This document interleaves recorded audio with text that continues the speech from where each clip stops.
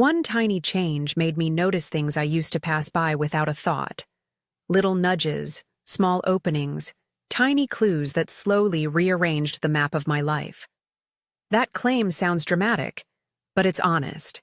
Taking a few simple, repeatable actions increased my spiritual sensitivity, by which I mean my ability to feel what's happening inside me and to spot small, useful signals in the world around me. If you want practical experiments, not slogans, stay with me for the next 20 minutes. I'll tell you exactly what I did and why it mattered. If you want more practical spiritual experiments, subscribe for 2 videos a week. When people say vibration in the casual sense, they usually mean a kind of invisible measurement, like a dial you turn up or down. I want to strip that away. For my purposes, vibration just means how you feel. Warm, bright, alert, heavy, numb, anxious. Those are the useful readings. Increasing spiritual sensitivity is learning to pay attention to those readings and to small external cues, a tone of voice across the coffee machine, a moment of stillness on your commute, a tiny impulse you get during a conversation, and then choosing what to do next. It's not mystical mechanics. It's attention training plus habit. It's the difference between living on autopilot and living with a radar that picks up subtle opportunities. Before I started paying attention, my life looked like a grayscale photograph. I spent 5 years in an office that felt like a waiting room for something important that never arrived. I knew the routes to the subway by muscle memory, the exact place the train doors always squealed, the vendor with the best preheated sandwiches, the coworker who always left early to beat traffic. My days blurred into one another. I had a job title, a paycheck, and a calendar full of meetings that could have been emails. I wasn't unhappy in the cinematic sense. I was numb. Things didn't sting, they didn't delight, they simply passed through me. If you're hearing this and recognize that numbness, I want to say something plainly. There's a difference between feeling flat for a while and clinical depression. What I describe helped me notice and respond to my inner life, but it's not a substitute for professional care. If you or someone you love is struggling deeply, please reach out to a mental health professional. The first nudge toward change came from an unexpected place. A neighbor's recommendation of a documentary that everyone seemed to be talking about. It wasn't academic or clinical. It was popular, simplified, and at times absurd. But it did one thing for me. It pointed toward possibility. For the first time in months, I felt a thin thread of curiosity. I started reading more casually, trying small practices that other people swore by, not because I believed every claim I read, but because I wanted to test whether attention and small actions could nudge how I felt. What followed wasn't dramatic overnight transformation. It was a year of curiosity, trying things that sounded too small to matter and watching what happened. I set a simple rule for myself. If a change cost little and took less than 20 minutes, try it for 30 days, then evaluate. I wrote a list of everyday annoyances and used that as my laboratory. Here's the exact list I wrote down when I decided to change. Keep listening, because one of them will probably be easy for you. Number 1, the neighbor's loud music at 8 every morning that made me want to dive back under the covers. Number 2, the packed bus where people stood packed like sardines and everyone avoided eye contact. Number 3, the office silence that felt like static, the kind of quiet that makes conversations thin and safe. Number 4, my sedentary life. I'd sit for 8 hours and then go home and scroll until I fell asleep. For each annoyance, I found a tiny counter move.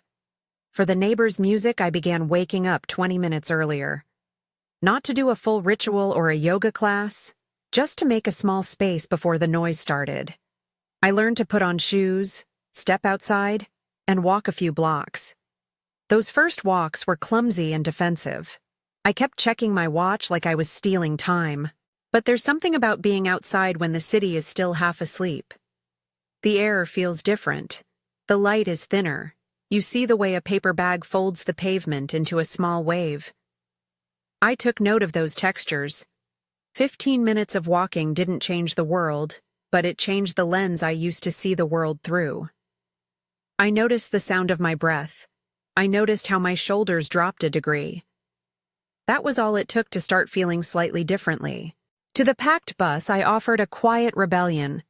When the bus was full, instead of shrinking inward, I took a different seat if I could find one, or I moved to the doorway and breathed deliberately for a few moments. I watched tiny things, the way a woman adjusted her scarf, the rhythm of an old man's tapping cane, the exact moment someone smiled at their phone. These small observations trained me to notice detail again. Attention is a muscle. If you never practice, it atrophies. At the office, I tried one deliberate social experiment. I asked the quietest person at the next desk a single question about their life. Not work, but something ordinary. Do you have kids? Or, where did you grow up? I wasn't fishing for deep friendship. I was practicing curiosity. The first time, he blinked like I'd given him a coin. He told me his son had just started kindergarten. 5 minutes later, he was smiling at his screen in a way I hadn't seen before. That small exchange made the office less like a cavern and more like a place with human texture. And for my sedentary life, I started buying a cheap coffee from the woman with the small stall in the park. Her hands moved in a way that was precise and humble. She had a laugh that filled only a few syllables. I would buy a coffee and sit on a bench for 5 minutes. Sometimes I'd watch a dog run. Sometimes I'd watch a woman reading under a tree. The point wasn't the coffee. The point was to practice stillness in public, to permit a small pause between tasks and obligations. Those 5 minutes taught me to be less reactionary. Small pauses are tiny reset buttons. These were simple interventions. None cost much. None were tied to a promise of success. What they did was create small changes in my daily emotional baseline, and with repetition, those changes compounded. Over weeks, I noticed a shift in what I felt upon waking, on the commute, at lunch. I started to notice my mood like weather.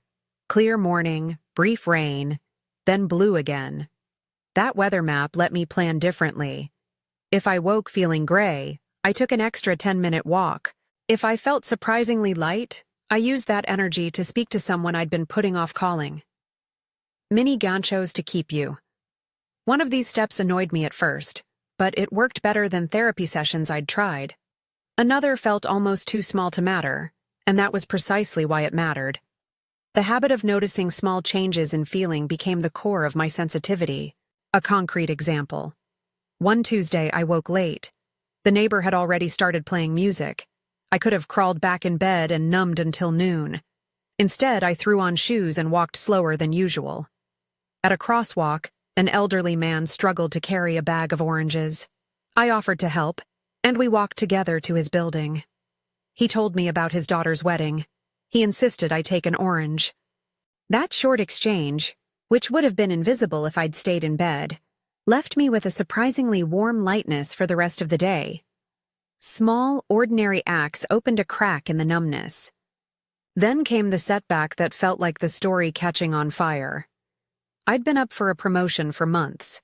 I did the work, stayed late when asked, and had a pattern of taking on projects that no one else wanted. I told myself that getting the promotion would validate the new energy I'd been cultivating. On the day they announced the choice, my boss called a short meeting. His nephew got the role.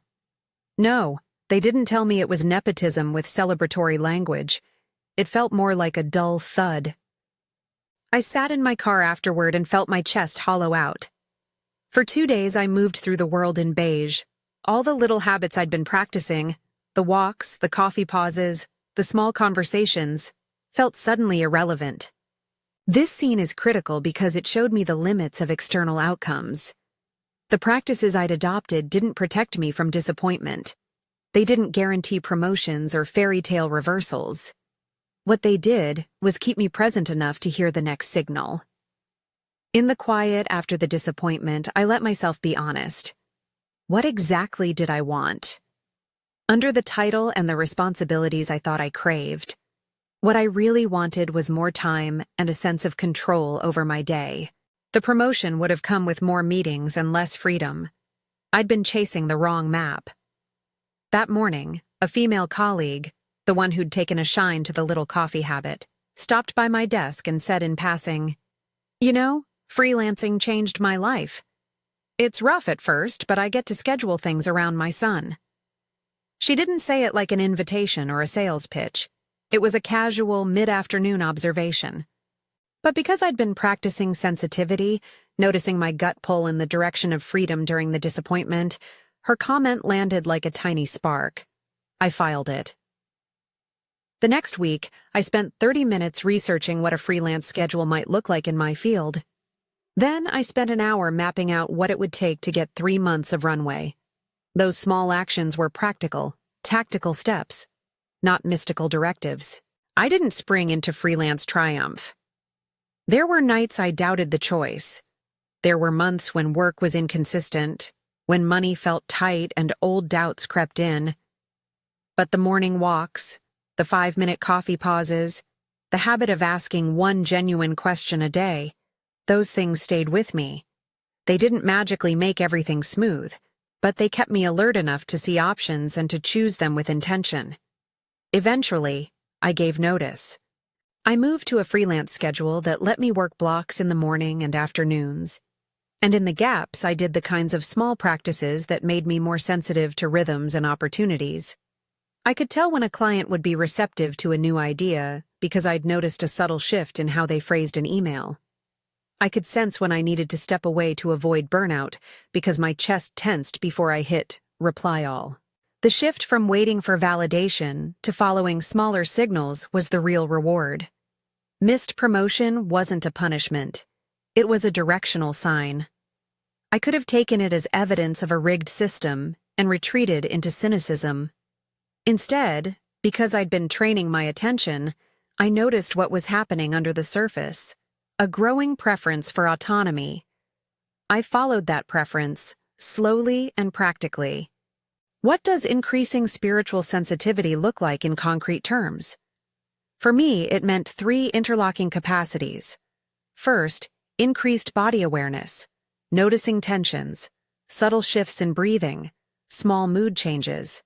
Second, improved external attunement, spotting small social cues, timing, the tone of a message that hinted at openness. Third, better interpretive habits. Instead of leaping to a single global explanation for an event, I learned to list several possible meanings and test them with small experiments. From this came a toolbox of practices you can try tomorrow. Each of these is low-cost and repeatable. You don't need candles, crystals, or a retreat. They train attention and interpretation, the core of sensitivity. Morning walk. Wake up 20 minutes earlier and walk for 15 minutes. No agenda. Don't listen to a podcast or rush to catch up on email. Focus on the small sensory details. The feel of your shoes on the pavement, the pattern of light through leaves, the temperature on your skin. Practice noticing how your mood shifts during the walk. For me, this shifted my baseline mood enough that I started to notice opportunities rather than just obligations. 5-minute park, pause. Buy a small thing, a coffee, a pastry, a cheap tea, and sit on a bench for 5 minutes. The practice is to do nothing for that time but observe. Watch how people move, how wind shakes a tree, how a vendor pours a cup. I used to think the pause was wasted time. It turned out to be the most generative 5 minutes of my day. It creates a gap where insight can arise. Micropause. Throughout the day, set a subtle cue, a glance at a particular clock, a stretch, a short walk to the window, and take 30 seconds to check your inner weather. Where do I feel tension? Where do I feel ease? What thought keeps returning? If you notice tension, take a breath and name it. I feel tight in my chest. I'm worried about the deadline. Naming reduces the noise and makes the signal interpretable. 1 question. Curiosity. Each day, ask one familiar person a question that's not about logistics. What made you laugh this week? Or, what's a small thing that helped you today? Keep it light. You're training the social radar to pick up human textures again. It deepens relationships and refills social reservoirs that numbness drains. Mood journal. At the end of the day, spend 3 minutes writing down your mood on a scale from 1 to 10 and one sentence about why. This isn't therapy, it's data collection. After 2 weeks, you'll begin to see patterns. Certain tasks or interactions reliably lower your number, others raise it. Patterns are the map that sensitivity needs. Test and learn experiments. When you notice a signal, a persistent feeling, a casual suggestion from someone, a sense that something's off, try a small, low-risk experiment to test what it means. If you feel drained after certain meetings, try asking for a 10-minute break between them for 1 week and see what changes. If a colleague mentions a side project, ask one follow-up question the next day and see if they expand. These micro-experiments convert intuition into actionable information. A few cautions. None of these practices is a cure-all. They don't guarantee success or shelter you from disappointment. They might not change the outer world quickly, but they do increase the likelihood that you'll notice helpful signals and that you'll be able to interpret them. Think of sensitivity as sharpening a tool. It increases your capacity to see and respond, not your entitlement to specific outcomes. One common trap I learned to avoid is moralizing the practice. Some people imply that if you don't vibrate high, you're doing spirituality wrong. That's harmful. Sensitivity isn't moral currency. It's a skill you can practice, and it will look different on different people. If you're in a crisis or deep depression, these habits might feel impossible. In those cases, reach out to a professional and treat these practices as optional add-ons rather than primary interventions. Another trap is transactional thinking about the law of attraction, as if the universe is an ATM you can manipulate with the right choreographed feelings. The reality is messier and more honest. The small practices I used didn't conjure results by magic. They increased my presence and my social interactions, which changed the probability of encountering options. That's not mystical causation. It's practical psychology and better timing. You might be wondering how to start if your schedule is chaotic. Keep it tiny. Choose one practice and reduce its friction. If waking earlier feels impossible, do a 2-minute stretch at your bedside instead. If a park bench is far away, sit by a window and watch the same tree for 5 minutes. The critical variable is consistency. Sensitivity grows through repetition more than through intensity. Let me give one more concrete scene to tie the pieces together. A few months into freelancing, I had a client who was polite but lukewarm in emails. I could have interpreted that as disinterest and let the work stop. Instead, because I'd practiced noticing small cues, I remembered a pattern. When this client typed short, clipped messages in the morning, she responded better to a brief, sincere question later in the day. I tried it. I asked one simple question about a detail she'd mentioned months earlier. She answered with a paragraph and a phone call that led to a new project.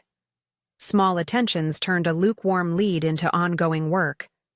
The outcome wasn't guaranteed, but the practice of noticing and testing increased the chance I'd act when it mattered. If you try one experiment today, pick the one that feels both easy and slightly uncomfortable. That edge is where growth happens. For me, it was asking a question to the quiet coworker. For someone else, it might be the 5-minute pause or the morning walk. Start small, note what changes, and be curious rather than harsh with yourself. I want to close with the core idea one more time. Increasing spiritual sensitivity is not about raising a mystical frequency. It's about training your attention, building small habits that shift your mood, and learning to interpret subtle signals in your body and in your environment. Those combined create a practical radar for life's small openings. Over time, small openings become new paths. Try one of the practices today and tell me in the comments which one you picked, or grab the checklist in the pinned comment. Thank you for listening. I'm grateful you spent this time with me, and I hope these tiny experiments help you notice more, feel more, and choose more freely.